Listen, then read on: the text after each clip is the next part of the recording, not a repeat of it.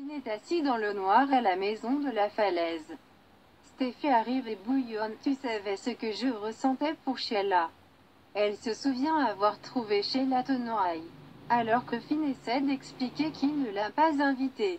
Steffi pense qu'il aurait dû appeler la police et prévient, elle aurait pu kidnapper notre fils. Comment as-tu pu le mettre en danger comme ça? Comment peux-tu? Finn dit qu'il n'aurait jamais permis à Sheila d'emmener leur fils. Steffi se sent violée. Elle lui fait confiance pour garder leur enfant en sécurité et rappelle à Finn qu'il a promis de les protéger tous. Elle explique comment Sheila a manipulé son entrée dans leur maison. Bien que Finn s'excuse à nouveau, il admet « Je voulais voir ma mère biologique une dernière fois ». Steffi dit qu'elle peut comprendre qu'il voudrait rencontrer sa mère biologique, mais Sheila n'est pas normale. Finn dit qu'il ne pense pas qu'il rencontrera un jour son père biologique. Mais c'était probablement la dernière fois qu'il voyait sa mère biologique. Il voit à quel point Steffi se sent trahie et s'excuse abondamment. Steffi dit qu'elle sait qu'il ne voulait pas que quelque chose de mal arrive, mais Sheila ne sera jamais satisfaite, maintenant qu'elle tient Aïe. Elle ne laissera plus rien arriver. Finn non plus, mais en larmes, Steffi explique à quel point elle est terrifiée.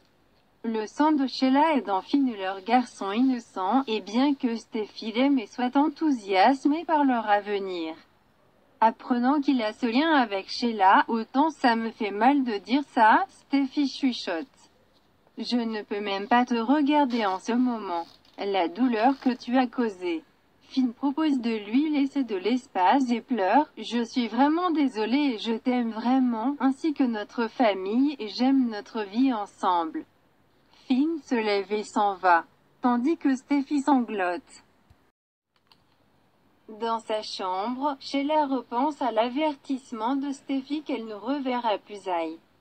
Jack arrive et ordonne à Sheila de quitter la ville.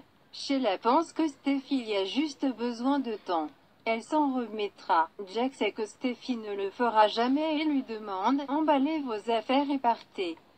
Jack évoque Lee et dit que Sheila les tourmente tous.